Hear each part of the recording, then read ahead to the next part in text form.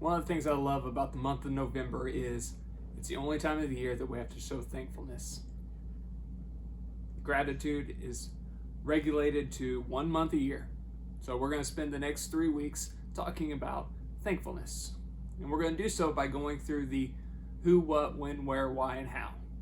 First week, today, we're going to talk about the who and the what. Who do we show thankfulness to? God. As simple as that. God, for being God. I think sometimes we forget who He is, how powerful He is. In the book of Genesis, in Genesis chapter 1, it says, "In the beginning, God created the heavens and the earth." And I love that. In the beginning, the very beginning, there was God. In Revelation chapter 22, the last chapter of the book of the Bible, Genesis 1 is the first book, the beginning. Revelation 22 is the end. It's the bookend. And in chapter 22, Jesus says, "I am the Alpha and I am the Omega. I am the beginning and I am the end." So right from the start, we need to recognize who God is. He is God. He was there in the beginning, and He will be there in the end. There is no time frame in the world of God. And that is something we need to be thankful for because of who He is. Just that simple fact of He is God, and He's in total control. I've mentioned it many times before. One of my favorite chapters of the Bible is when Job has enough of his suffering and he starts to cry out and lament to God. God simply says, "Who are you?" And that's what God is saying to Job is, "I am God. Listen to me. Trust me. Go with me." And that's why we show thankfulness to Him. In Psalm, we're going to go through 3 different Psalms today. In the book of Psalm, in Psalm chapter 100, it simply says, "Make a joyful noise to the Lord, all the earth. Serve the Lord with gladness. Come into His presence with singing." Here's the great verse of this chapter. Well, all 5 verses are great, but this one right here. "Know that the Lord, He is God. It is He who made us, and we are His. We are His people and the sheep of His pasture. Enter His gates with thanksgiving and His courts with praise. Give thanks to Him. Bless His name. For the Lord is good. His steadfast love endures forever, and His faithfulness to all generations." We show thankfulness to God. And that's what that is saying right there. That's what David says in that psalm is simply just give thanks to God for who He is. That He is God. He is, He was, and He always will be God. In Matthew chapter 28, when Jesus sends out the disciples with the Great Commission, "Therefore go make disciples of all nations, baptizing them in the name of the Father, Son, and the Holy Spirit, and teaching them the things I have commanded you." He ends it by saying, "And I will be with you always until the very end of the age." That's God. And that's why we need to be thankful to Him, because He is who He is. The beginning and the end, the one that is always there, the sustainer, the one that controls everything, the one that gives life to everything. We are His. And that gives us to the next point, the next psalm we need to look at. Psalm 107. The whole psalm is great, but we're just going to go through the first couple of verses. But in this psalm, we learn that we are thankful for God. "Oh, give thanks to the Lord, for He is good, for His steadfast love endures forever. Let the redeemed of the Lord say so, whom He has redeemed from trouble, and gathered in from the lands, from the east and from the west, from the north and from the south. Some wandered in the desert wastes, finding no way to cry, no way to a city to dwell in. Hungry and thirsty, their souls fainted within them. And then they cried out to the Lord in their trouble, and He delivered them from their distress. He led them by a straight way till they reached the city to dwell in.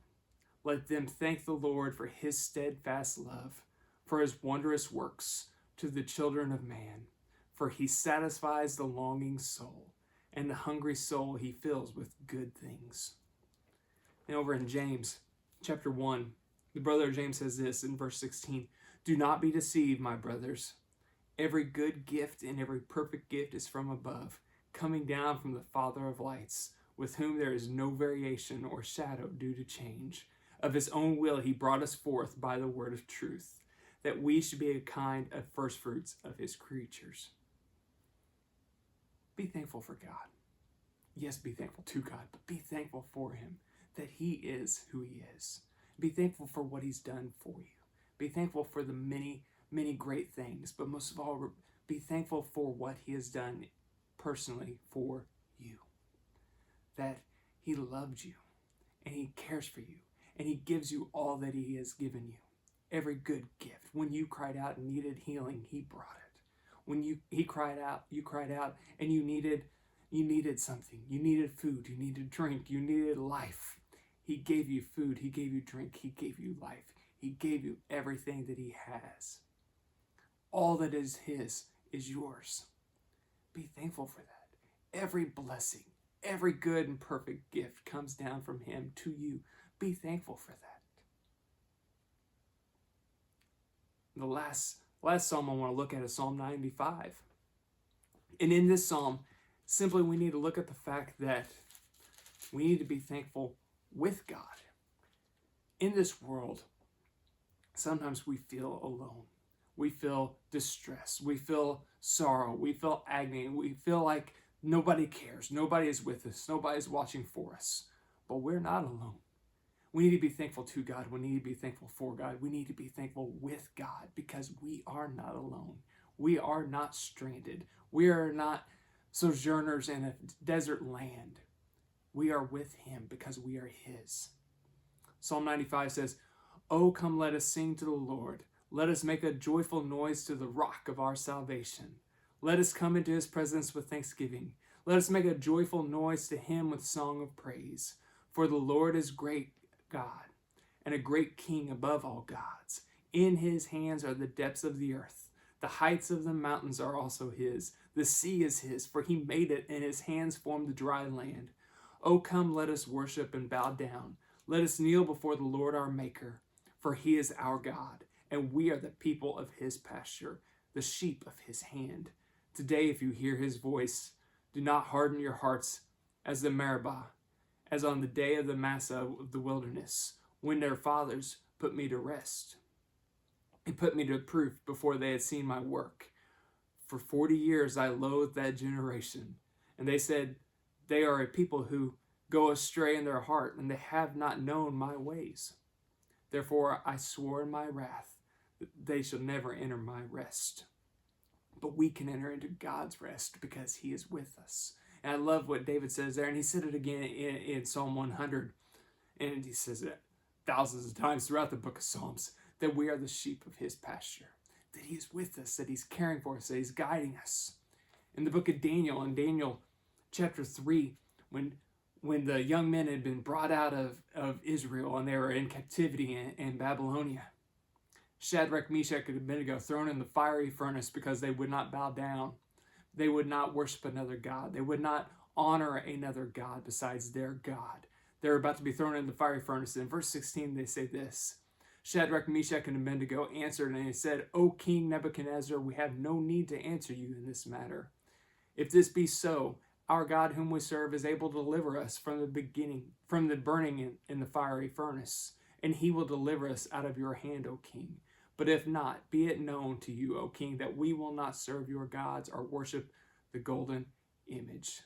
And then skipping down, verse 24, "Then King Nebuchadnezzar, who was astonished, and he rose up in haste, and he declared to his counselors, 'Did we not cast 3 men in there, bound in the fire?' And they answered and said, 'O King, this is true.' And he answered and said, 'But I see 4 men unbound walking in the midst of the fire, and they are not hurt. And the appearance of the 4th is like a son of the gods.'" Sometimes in our struggles, we forget that we're not alone. Daniel in lion's den, Shadrach, Meshach, and Abednego in the fiery furnace, they were not alone, and they knew they were not alone because their God was with them, and he was for them. Then over in Matthew chapter 10, It says this, behold, I'm sending you out as a sheep. This is verse 16. And as sheep in the midst of the wolves. So be wise as serpents and innocent doves. Beware of men, for they will deliver you over to the courts and flog you in their synagogues. And you will be dragged before the governors and the king for my sake, to bear witness before them and then to the Gentiles. When they deliver you over, do not be anxious about how you are to speak or what you are to say, for you are to say will be given to you in that hour. For it is not you who speak, but the Spirit of the Father speaking through you. Brothers will deliver brother over to death, and the father his child, and children will rise against parents, and they will put them to death. And you will be hated by all in my name's sake, but the one who endures to the end will be saved. When they persecute you in one town, flee to the next. For truly I say to you, you will not have gone through all the towns of Israel before the Son of Man comes. I love what Jesus tells the disciples there. It's not you. It's me through you and with you. And that's why we give thanks to God, because of who he is. We give thanks to him for that. We give thanks for him for what he's done. And we give thanks with him because he is with us. And I think as we start this Thanksgiving season, we have so much to be thankful for. We have so many blessings that we have. Every morning we get to wake up